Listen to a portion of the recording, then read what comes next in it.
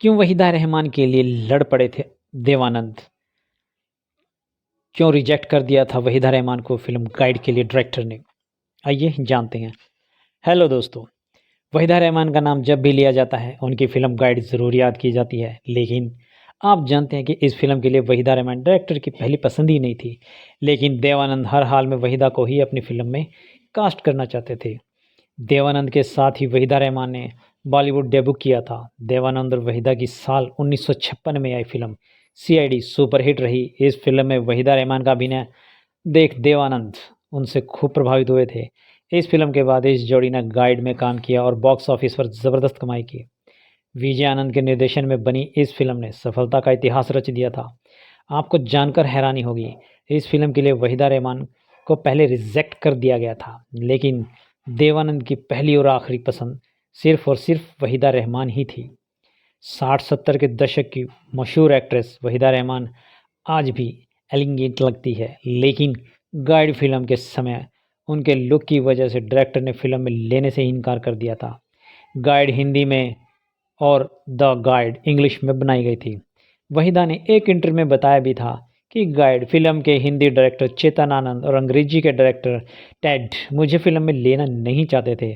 उन दोनों को मेरा चेहरा पसंद नहीं था और ये भी कहना था कि मेरी इंग्लिश अच्छी नहीं है। गाइड के रोजी राजू की जोड़ी हिट हो गई थी। 1965 में आई फिल्म गाइड को देवानंद और वहीदा रहमान के बेस्ट परफॉर्मेंस के लिए याद किया जाता है। ये फिल्म आर के नारायण के प्रसिद्ध उपन्यास द गाइड पर बनी है। देव साहब की पहली कलर फिल्म थी। अपनी ऑटोबायोग्राफी रोमांसिंग विद लाइफ में देवानंद ने बताया है कि किताब को मैंने जब पढ़ा तो रुका ही नहीं। पर्ल एस बक से मिला और फिल्म के अंग्रेजी संस्करण के लिए डील पक्की हुई और हिंदी के लिए अनुवाद किया गया। हिंदी में बनी गाइड और अंग्रेजी में बनी गाइड द गाइड दोनों अलग अलग फिल्में हैं।